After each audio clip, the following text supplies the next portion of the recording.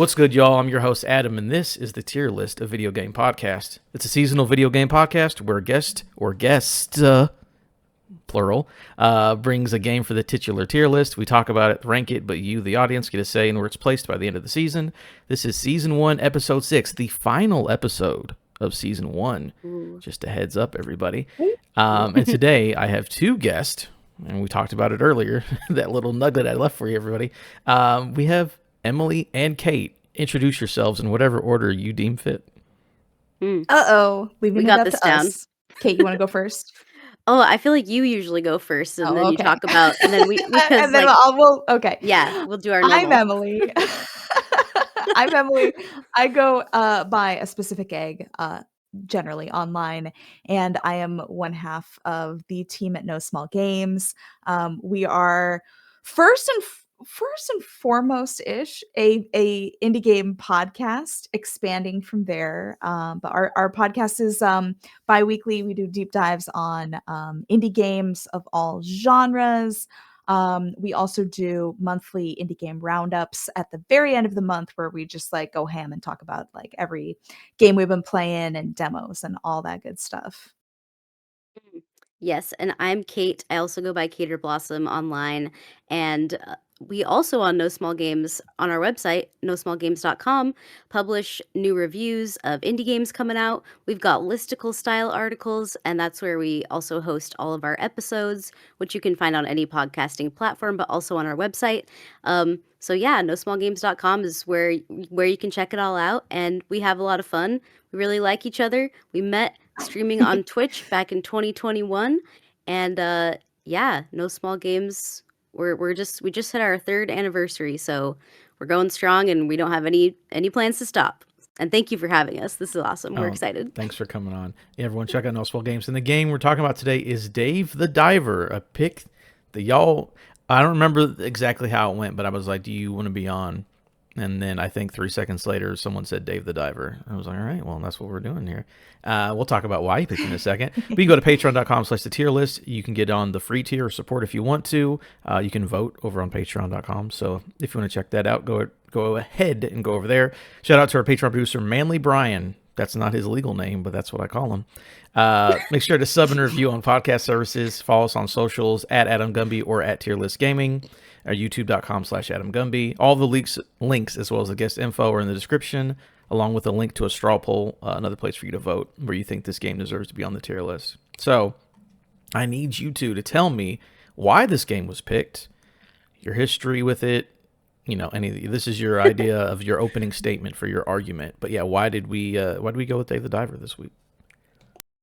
Yeah, I guess I should say did I strong arm? I didn't strong arm Kate into this. No, you didn't. I've wanted to. People have been recommending this game to me for a long time, and so when Emily was throwing out suggestions, I jumped on this one because I think a lot of people don't consider it an indie game, so it wasn't at the top of my list.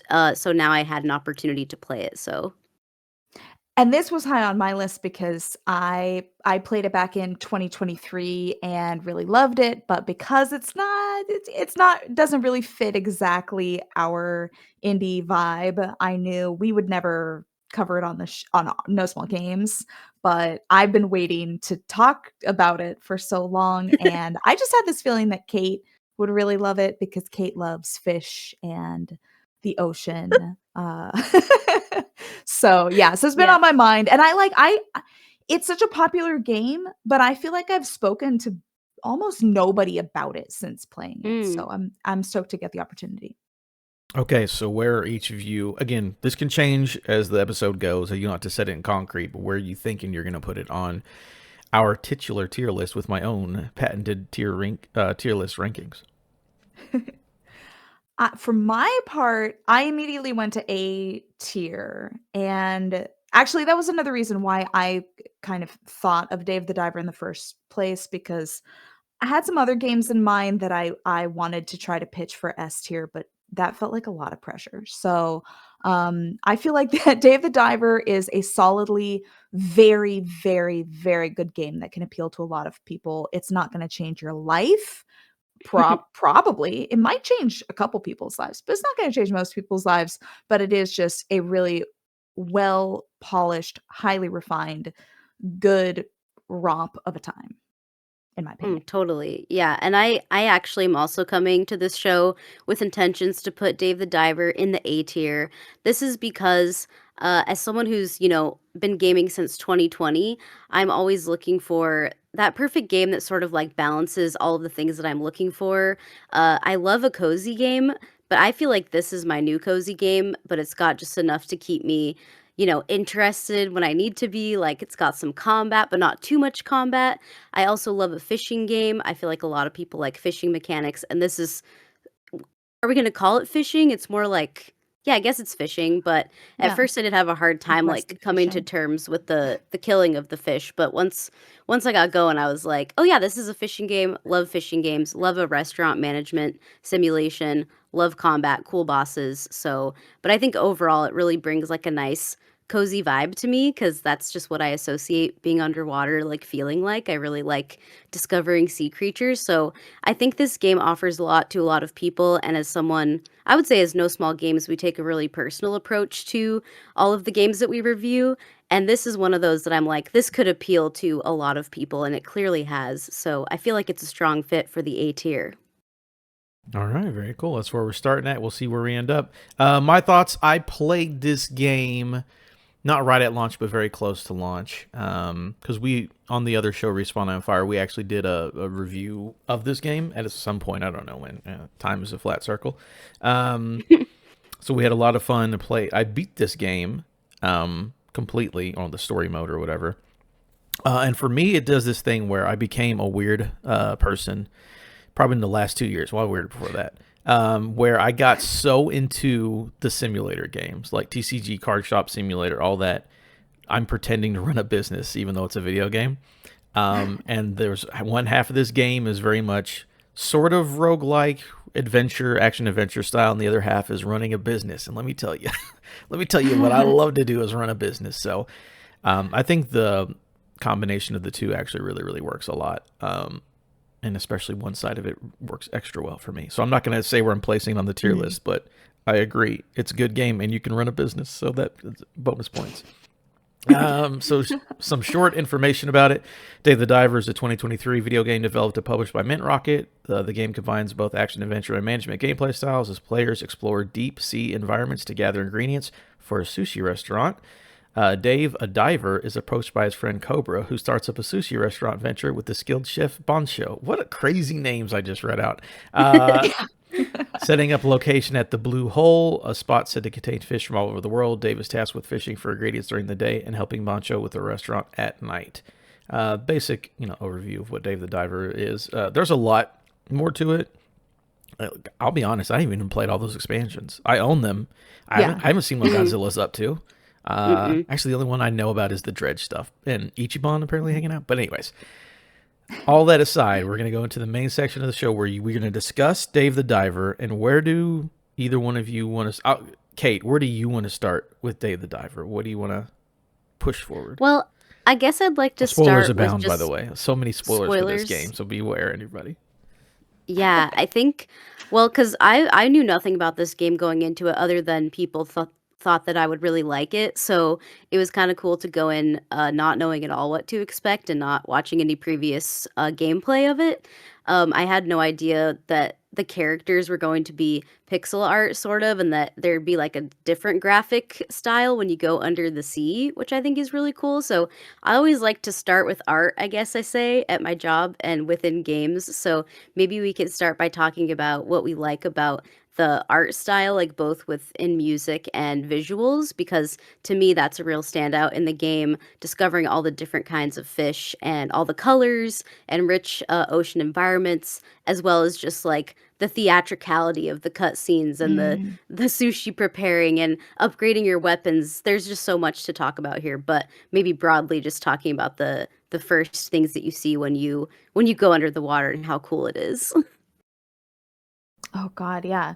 It's got such a appealing art style, I think, where it's balancing vibrance and, like, a kind of soothing color palette. which I think Mm, is really nice. Like, I think overall, this game is really good at getting you to play for a long time without making you feel overstimulated or starting to get like dysregulated. To me, it's not like a Stardew vibe where I always wind up feeling more stressed out after playing Stardew yes, than when I started. 100%. Um, so I think that they do that really effectively with the art style, and just it's so charming, which I think kind of supports that experience, right? Like the character designs. We have to talk about Dave plus size diving icon. Yes. It's they're just great. And I love that you brought up the cutscenes too, because they're also very like visually eye-catching, but Mm. like brief. You don't feel sick of it. It just gives you a little taste of the personality of the game. Yeah, going on cutscenes. Again, it's a game that feels like it does everything, but also like very well. Because you would assume like, oh, I'm just going to jump in here and catch fish, and like, especially that the very top layer of that where it's all like the coral and all the pinks and purples and stuff, and it looks really cool. But then yeah, you there's like a real story weave throughout here. It gets really weird when dealing with like mermaids and stuff eventually at a certain point. But I do love all of the characters that we're hanging out with. Like again, Bancho's my favorite just because like this black guy cooking up sushi, and every time that you get the ingredients and he's like making like his special dish, and it just becomes an anime cutscene out of nowhere. And I'm just Yeah. I'm a big fan of Bancho. Let me tell you, let this man just cook up everything for me. And then like Michael Bay shows up. It goes all over the place, but I think the main cast of characters is a ton of fun. Like even the I guess he's like your equipment dealer, like the guy who has like the little anime statue girls and like sells Yeah. guns on the dark web. I'm like, all right, you've Yeah. got some weirdos, but they all look really cool and neat, and they have a lot of personality. I think is the way you could describe it. Yeah. Yeah, I like the no one's overtly, like, offensive in any way or, like, even that antagonistic. Even the antagonists are kind of charming in their own way. True. Yeah, I like how it's kind of like maximalist in a way. Like they're like, we're just really gonna commit to our art style and our characters and our story and our visuals. Like there's just so much commitment on every level to make things larger than life and really cool, I would say, from a visual standpoint and a character standpoint. So those are definitely some things that I really like about it. And it's always fun to like meet a new character and see what their new request might be to sort of like advance you through the story. I think that those stay really fresh and interesting and honestly just humorous. It's great to play a game that is like genuinely funny and shows up authentically. So, Mm. They're all really unhinged in, like, a safe kinda way too, which is kinda yeah, nice. Like, they're all way over the top, but not in a way that you feel like anybody's gonna, like, really, like, completely a screw loose or, like, gonna get too weird. It's all very, I think, palatable, you know? totally. Yeah, they're all fun. I have okay. Again, the art's great, music is fun, and all that. I got a question. Do we want to talk Mhm. about the fishing or we talk about the restaurant? Because I have one that I prefer, but we could talk about either one of them. I mean, the fishing's probably the more interesting part of the game, but I think we should talk about both of those because it is crazy Yeah. that both of those could be their own game on their own, and they just throw them together in True. this video game. Is there a preference to which one? Well, I'd love to kick off with just talking about the fact that they're merging these 2, because I think that's the thing that to me makes this an A-tier game and makes it Mhm. so good, is that it's got this kind of cult of the lamb balance where they've perfectly figured out like that moment in which you're starting to get sick of one of these experiences. Like, I'm kind of tired of swimming around and catching fish, and all of a sudden, before you even completely have that thought, now you're managing a restaurant, and it's activating different parts of your brain. And I think they got that loop really highly refined, where you never get sick of one or the other, in my Mm. experience. I definitely agree with that, Emily. I do feel like also they give you that option if you do get sick of maybe like let's say you get sick of fishing and you don't want to do both dives, you can pass time and read a book as Dave. And so I think they give you a lot of options to have the kind of gameplay experience that you like. But I was going to bring up Cult of the Lamb too cuz I really like Cult of the Lamb for that reason where you're on your farm, you're taking care of your cult members, and then you're going into the dungeons to fight. I just love that balance, and I love that Dave the Diver has struck that balance as well with the fishing and then restaurant management, because I was really surprised to see restaurant management because I really love those kinds of games, and I just found a sick rush like managing this sushi restaurant because I spent most of my career working in fine dining and restaurants. So I was like, oh hell yeah, like we're getting back into the swing of things. So I feel like this game already appeals to me as a person, but I loved the balance of, fishing and then going to run the restaurant at night. I thought it was really delightful. Yeah. Adam, as Oh, a go ahead. connoisseur of these games, I want to hear your take on the restaurant management side. I mean, listen, here's the connoisseur might be a word for it. Again, I do like how fully fledged the main game is. I mean, we're talking about first early on, you're like, oh, I can only capture so many fish, I only have so many ways to do things. And then, yeah, like you said, when you're like, okay, maybe I'm done with the run, they're like, actually, here's a net now, and here's, oh, this pink Mm, dolphin helped out this pink. There's all kinds of stuff, and they just keep layering it. And then the deeper you go, like, we get boss fights in this game. Like, you fight multiple large named creatures with their own health bars, which is a crazy thing for this kind of game to have. But then again, after you do all that, and you come back up and you're running this restaurant, I love the I'm thinking, what's the name of it? Is it like Diner Dash or what's the? There's like old mobile games that you did this Oh where yeah, yeah, like yeah. people would come in, fill in the orders, do the thing that they want, and then get them out and make as much money as possible. Which I'm sure a lot of management games do the similar thing. But just coming home at night or coming to the restaurant at night, get everything set up, and then it's like you're doing like mini games in the middle of it where it's like, all right, I need to fill the beer and it needs to be, this amount of foam, and then you're helping serve out all of the sushi orders because like Dave isn't the chef. That's what our main man Boncho's for. But you have to obviously give him supplies. So this is it. Like I play the game, I get supplies, and now I can serve this kind of food, and it earns this much money because it's this rarity or whatever. And then you're coming up, going through again. It's just going through menus and like maximizing my amount of money. And then when people come in, getting people out as quick as possible. And that, if they just released a version that was just Dave the Diver restaurant mobile version, oh, I'd play that all day. That would be my go-to mm, because same. it is fun. It is quick and easy and snappy, and it feels again like when you perfectly pour all those beers and you're just like, boom, boom, boom, wasabi. Here's a beer. Here's your order, and then people are out, and the whole building clears out, and it's like, oh, you've made this much money. You can pay your employees. I'm like, awesome, love that. Like that part, I could literally do forever. Like I think more than the normal gameplay stuff. Again, it's just because I'm a Mm. weird person like that. But it is so good. It is so solid. And I have no problems. And then just to think that there's legitimately the diving part is an entire like 20-hour video game, which is crazy.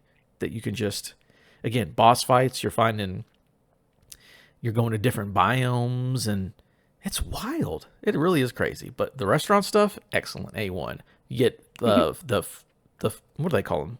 Fishing farms or whatever, I guess eventually Oh with yeah, the thing yeah. in the Yeah, yeah. then it's like a farming sim too. Yeah. It's Mm. literally like half of the genres that you could think of right off the bat of like what's a big genre in like indie games in particular. It's there. It's in This Dave does the them. Diver at Yeah. some point. Yeah, It is really it's good. great. How do y'all feel about the, I guess, quote unquote, main game? Diving, exploring the different biomes, going to Mermaid Land, hanging out with the dads or whatever. How do y'all feel about that part of the game?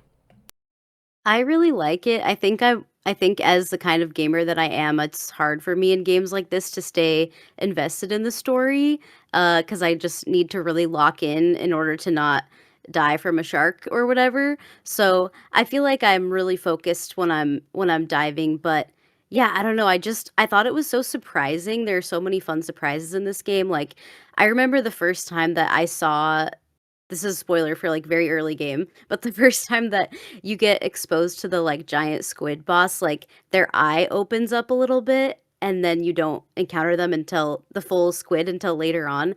That surprised me so much, so I feel like they keep the diving gameplay interesting enough where it's like there's always something new to discover, a new weapon, a new material that you're trying to find for a quest to help a character, um, or like, yeah, like you'll get a little nugget that will expose you to a boss that you're going to encounter later. I just think that that is so fascinating to me, and now I'm at the point where I'm like very addicted to this game now at this point. So I think they did something really right here, where if you put enough hours into it, it's like one of those things for me anyway, where I can't stop thinking about that gameplay loop and I can't stop thinking about what I might find next underwater. And it is also calming at the same time to be underwater and discover these things. But then all of a sudden you're like, oh, the stakes are higher now because I've encountered something surprising or something that could harm me, So I don't know. Mhm. I really love it. Damn, yeah. I'm re-addicted to this now. I also can't stop thinking about I've had all these to-do items to do and all this work, and in the background, I'm like, "Dave the Diver, I wanna play the Dave the Diver." But I love that, even though there is kind of this day-night cycle, and there is kind of a farming sim type feel to it at times, um, your and you can't stay underwater infinitely. I think that they've given you enough bandwidth to decide like how long your runs underwater and fishing and discovering and like progressing the story and quests, like you really determine how long you're going to spend doing that. I love that your health and your time that you can play in these segments is kind of all one thing. It's all how much oxygen you have. So whether it's the duration of your dive or like you're in combat, like you're always just you only have to look at one thing and that's your oxygen. But it also means that like you can replenish that and you can decide, okay, I'm gonna go a little longer. Like, oh, I don't think I've seen this fish before. Let me try to catch it. Or, I've caught a bunch of stuff. I feel pretty good about this. I could go longer, but I'm gonna end this dive and progress. And it puts all that agency in your hands in a way that feels really like addictive in a relaxing way, as opposed to a lot of, I think, farming sims that to me feel like addictive in a adrenaline rush, like Mm, overstimulated kind of way.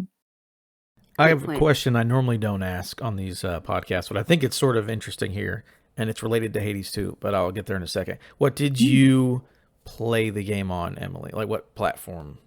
Oh, yeah. This was my first, Steam Deck game. I got this game right around the same time that I got a Steam Deck, and it was kind of a big sell for the Steam Deck and a big sell for Dave the Diver because they pair so well together. And it definitely, enabled me to play more and longer too. Kate, what about you? Yeah, so I started this is actually the first game I ever played on my new PC. So I started at the PC, but then I moved over to Steam Deck because it's just the perfect game for a Steam Deck, and I like to be lying down. So, it's not any more complicated than that. Yeah, I asked because talking about Hades 2, Game of the Year of 2025 for anyone who's wondering, is that I adore Hades 2. I beat that game twice. Beat it in early access and beat it in 1.0. Adore and love that game, but playing that game, I played it on PC. Playing that game, I'm like, I can understand why this works so well on Switch or Steam Deck, because Mm, sort of this game, it's like I just want to do a run or I just want to do a thing, and being able to sit down and just do the thing, I think really helps it. And then you both talk about Steam Deck. I don't have a Steam Deck, but I could see why. I think this game, just like Hades 2, is perfect for the I just want to do a run or two. So that's mm, very interesting that you both have played it on Steam Deck, because I also feel like, yeah, Steam Deck or Switch would probably be the way to go, just so you could, yeah, I need to, fill up my fishy decks or whatever it is, and go capture these kind of fish. I'm just gonna go do that real quick, and then I'll put it down. So I was forced to sit down at a desk every time I wanted to play it, which I'm not mad about. But I agree. I think a portable option is paramount for maximizing your fun. Look at all those big words I use right there in a that was row. great. Just end the episode now. Yeah. All right, everybody. See you. No, I'm just kidding. Um, yeah. Is there anything else that I'm missing that I'm thinking about? Because I talked myself into a circle there and I completely lost where I was. Well, I do wanna say that I really like what you said because I played a little bit of Hades 2, and I played it on the Steam Deck, and it was awesome, and I think, you mentioned something about filling up your fish Pokédex, your fish decks, and I think, this game offers a lot to folks who maybe, don't have a ton of combat experience, and maybe are more focused on the collecting and discovering of, different items or different fish, because for me, I really did not feel that pressure, like Emily kinda mentioned earlier, like in Stardew, I did not feel that pressure to hurry and get stuff done. I spent a many, many hours of early gameplay just discovering fish and trying to catch as many as I could and familiarizing myself with how to use the weapons in the game, because I think that is one thing that takes a little bit of time to learn for me anyway, of like how to catch the fish, because some of them are so small and you've got that little harpoon thing that jets out, and it you can only be so precise with that, so it's really hard to catch the smaller fish with that. And so I spent like many hours, like at least 5 or 6 hours, just let's just take it slow, find as many fish as I can, and learn how to use the weapon so that I can be better in the combat moments. And I think it's really rare for games to kind of offer that sort of pacing to people. So I thought that that was a real standout for me anyway.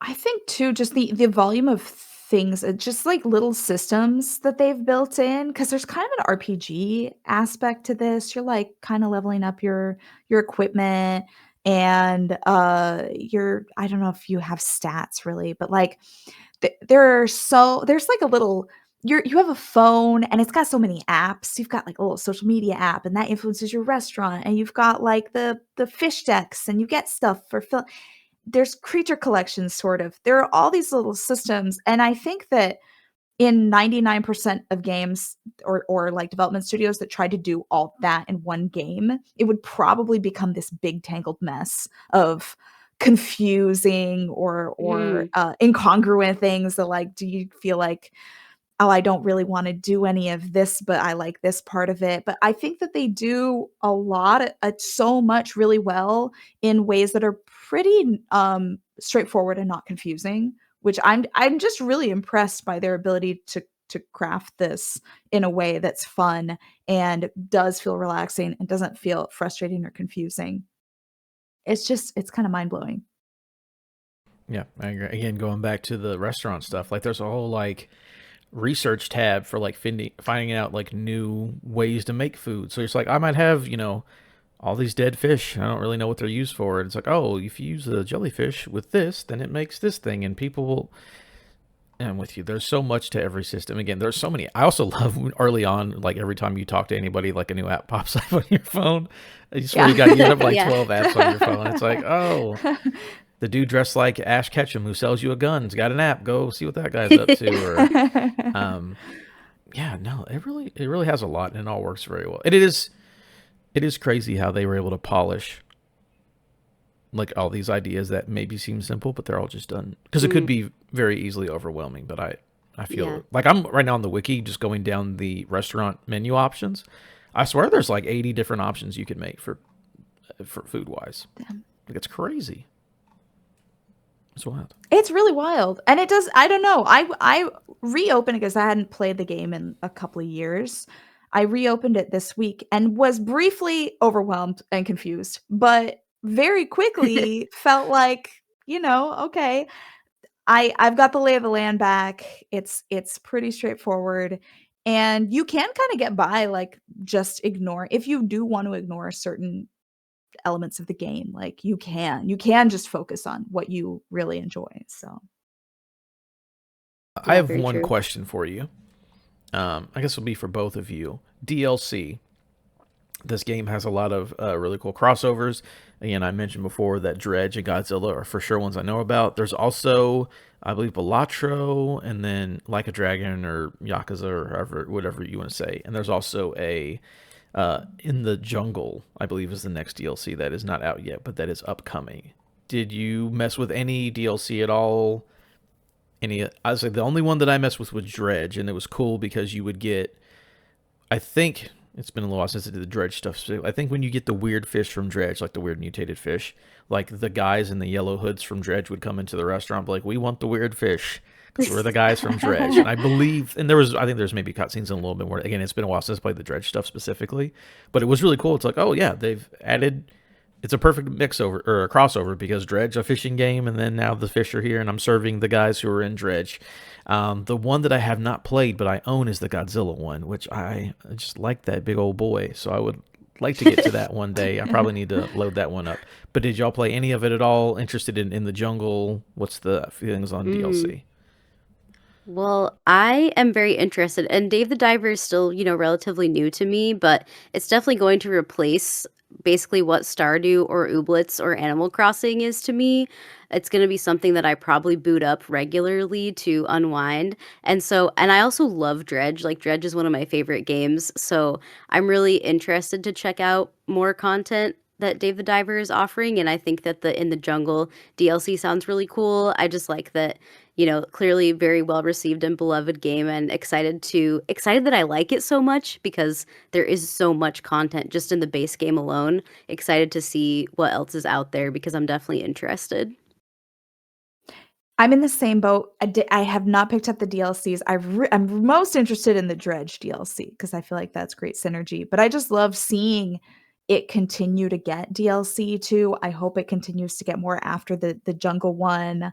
I'll probably pick up a couple now that I'm re-addicted to it. And I feel like it's a cool setting. I think that there just aren't that many games coming out in this sort of like island setting with kind of Mhm. like it's got this sort of Hawaii Five-O like sort of buddy cop almost vibe to it, in like the character dynamics. And I'm glad that they're expanding on the universe. Personally, there's been a Dredge movie announced. Oh, right. Personally, I would love to see a film adaptation of Dave the Diver. Me I think that too. that would be incredible. And they've just got such a charming cast of characters that like both appeal to sort of tropes from film and TV and other especially like that kind of island beachy vibe, but they also kind of breaks with stereotypes too. So yeah, I don't know. I'm definitely gonna pick up some of the DLC. I'd love to see more and just more Dave the Diver Yeah, I'm as in like, pop culture, oh, go ahead, Kate. who would I was just gonna say, like, who would play Dave the Diver in the movie? I'm sold. right? Unfortunately, I went to Jason Momoa only because you said buddy cop movie in Hawaii, and I immediately thought of The Wrecking Crew, which was the Dave Bautista Jason Momoa movie that came out on Amazon like 2 months ago. It's fine. It's not great. But anyways, Good to know. that's how my brain works. Um, Jason Momoa as Dave the Diver would be crazy, and I'm here for it. yeah, Legendary. that would be a departure, but I think it would work. Yeah. But yeah, as of time of recording, the In the Jungle DLC does not have a release date. It just says 2026. Mm. So with my luck, they'll announce the DLC like a week after the podcast comes out because that's how that always works, right? But no, yeah, very cool stuff. Is there anything DLC? I think I've covered everything on my list. Is there anything you want to talk about before we start going towards the end of the show? Any final words?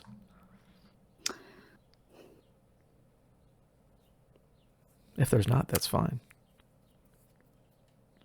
I don't think so. I'm just glad to get the opportunity to talk about this. I feel Yeah. like I'm glad to see it, receiving more DLC because I think it's such a great game and I think it is something that you can just like pick up and play any amount. You can play 15 minutes, you can play 30 minutes, or you can sink like 4 hours at a Mm. time into it. And it got a lot of attention when it first came out. I'd love to continue that conversation and just see more. Yeah, I'm glad to get to talk about it finally. I've waited so long. So, yeah, I just think it's great. It's a good time. Yeah, echo all of that. It's a great game. Really happy to have found my next, like, yeah, cozy game because it was also Dredge for a while. So this really scratches that itch for me. Fishing, I'm all about it. So, and like ocean discovery, I like how realistic things are, but also very magical in this world. Like, you wouldn't always see a shark head on a squid, right? In real life, but in Dave the Diver, you would. So I like that they're taking creative liberties, but also, putting some realistic ocean life in there. It's very cool, very Dredge. So yeah, I love it. Big fan. Thank you, Emily, for like, yeah, putting it on the front burner for me because I don't know when else I would have gotten to play it, because of the style of our show. So I'm a big fan. I'm glad I gave y'all an excuse to play a very fun game, so that's good. Yes, thank you, Adam. All right, moving forward into the closing of the show. Let's see here. Let me go down my Google Doc. All right, so we're going to go ahead and move over to the official tier list slide of my OBS. So we're in front of me, in front of all the list or the watchers. There is the tier list, S, A, B, C, D. And then we have two No Small Games little votes. And then we have my tier list vote. So we can move wherever we want. Again, there's the tier list rankings above you. Did your chain? What do you want to do? I guess I'll start with Kate. Where do you thinking about placing this one? I think it belongs in S, or not S, sorry. I don't think it belongs in S. I think it belongs in A. I think that it's yeah, it just offers a lot. I clearly is well received too. Like if we're speaking on an objective level, people love this game. It's very successful, and I do think kind of like Emily said earlier, not life-changing, but maybe it is for me in my life right now because it's bringing me a lot of comfort. But yeah, I do think I could give this game to pretty much any gamer that I know, and I think they would find something out of it that they like. So even though it might not change their lives, I do think it offers a lot to a lot of people. So for that reason, it definitely belongs in the A tier for me. Okay, and A tier is excellence in gaming, widely regarded as fantastic games most people would enjoy playing. This tier could represent personal favorites or games that stand out amongst the best in its genre or game of the year material. So I'll move the first No Small Games little token up there into A. I'll go next, and I am thinking it's I think hard about these. You know what I'm saying? So here's what I normally do when I'm going between two tiers. I try to find the thing the thing that differentiates those. Um, and the difference for me is I'm thinking between A and B tier because I do enjoy this game. I think it's super polished and I like everything about it. But I'm like, how much do I like? I do like it a lot. I would recommend it to most people. So just for reference, B is great games. This tier could be recommended to fans of the genre or hardcore players. This could represent generally well-received games popular in their time or represented by a sizable fan base. So the only difference that I'm looking at here, and I've done this a couple times, is the last part of A tier for me is stands out amongst the best in a genre or game of the year material. So then I did this for a couple of them. I look at what was in the game of the year conversation at the time, Mm, just as like a thing to keep, because I can't put everything in the same tier because I almost have. So totally. I really got to figure out something to differentiate It's called those. the tier list. Gotta Yeah. have variety. So I'm gonna just look really quickly, and again, this isn't the end all be all, but I will look at Game Awards 2023 or Mhm. the Keeleys 2023. Um, is the way I'll call them. And then that's great. Dredge came out the same year as Dave the Diver. Isn't that Oh, crazy? wow. Yeah. Yeah. Wild. So I'm looking at best independent games. There's Cocoon, Sea of Stars, Dave the Diver, Dredge. I remember people complaining about, listen, it's not Jeff's fault. He gave him a piece of paper, said write down your five best indies. Don't get mad at Jeff as people didn't understand the difference. So I look at that and I'm like, yeah, I mean, I probably would put David the Diver pretty high in that list. As far as Mm, the best independent one, even though it's not indie, or if it is indie, whatever. I put that up there, like right alongside Dredge, as for my favorite. But then I go to overall game of the year list, and I think that's what's going to push it to B tier for me, just because in Mhm. this year, Baldur's Gate 3, one of my mm. favorite games ever made, and Alan Wake 2, a sicko game that your boy loves. And again, I love Dave the Diver. I don't want to disrespect it at all, but like I would not play it over Alan Wake 2 or Baldur's Gate 3. So to make things different and to be a little stickler, stick in the mud, I'm going to put Dave the Diver in B tier, which again, B tier is still great games. Um, could be recommended to fans of the genre or hardcore players. So yes, still a very good game. I would recommend it, but I would drop it down to B tier just because the game of the year conversation was tough that year. So that's what I'm going Mm, to do. Emily, that's So fair. what are you going to do? that's a good question. I think the whether I'd recommend it to fans of the genre or just anybody like broadly was my main kind of conundrum in figuring this out. Um, because it is, I think that like the management side of it in particular is something that not isn't for everybody. I don't know that there's one genre that's really for Mm, everybody. And I do think to be a not really contrarian. I really believe this. Like I think that what we consider to be broadly appealing to like all audiences is um skewed by like what has historically been popular in AAA gaming. So the mm, idea that like, an action adventure game or a high fantasy RPG is like the most broadly appealing thing to all gamers is something that like we kind of all agree upon because it's been established by years and mm, years and years of AAA mhm. game publishing. So for that reason, and I do think that because of the balance, because it's got this great Cult of the Lamb juice where it's mixing these two different gameplay experiences in a really well balanced, really polished way, I'm gonna stick with my A tier Okay, moving vote. up to A tier. And funny enough, I love Cult of the Lamb. I actually was wearing a Cult of the Lamb shirt before we got on here, but it is it shows off more of my body than I'd like it to. Um, I think this game's better than Cult of the Lamb at being like a game of multiple things. I think that Mm, that both systems in this game feel better than Cult of the Lamb's running mhm. your camp and then going into the thing. I think this one does it better. So good comparison. But yeah, we have two A tiers and a B tier. So now it's up to the audience. Make your voices heard. Ooh. Remember, there is you go to patreon.com/the tier list, or there's a straw poll in the description of the episode, which is just a free website where you can click on an option and vote for a thing. You make your voices heard, vote for where you think it belongs in anywhere from S to D tier.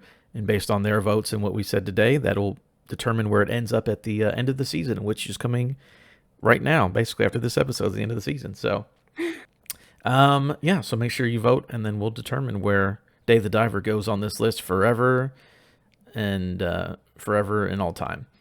All right. Very good. Thank you again. Thank y'all for coming on, bringing such a fun game. I like talking about fun video games. Some people We just love bring fun. absolute dog water. I will not say, but someone brought a dog water game this year or this season into the There's podcast. only a few episodes out, I so we know. got to figure out who it is. I'm just talking smack to see if anyone will notice. No, I'm just kidding. They've all been pretty good games. But yeah, thank you two for coming again. If you want to give your final plugs and whatever you want to do, this is your time. Cool. Well, thank you, Adam. This is so fun. Thank you for giving us this opportunity to talk about a game we wouldn't necessarily get to talk about. Again, I'm Emily. You can find me online as A Specific Egg. I'm on Blue Sky, Instagram, and I stream on Twitch usually 3 times a week. Usually indie games, usually for the podcast.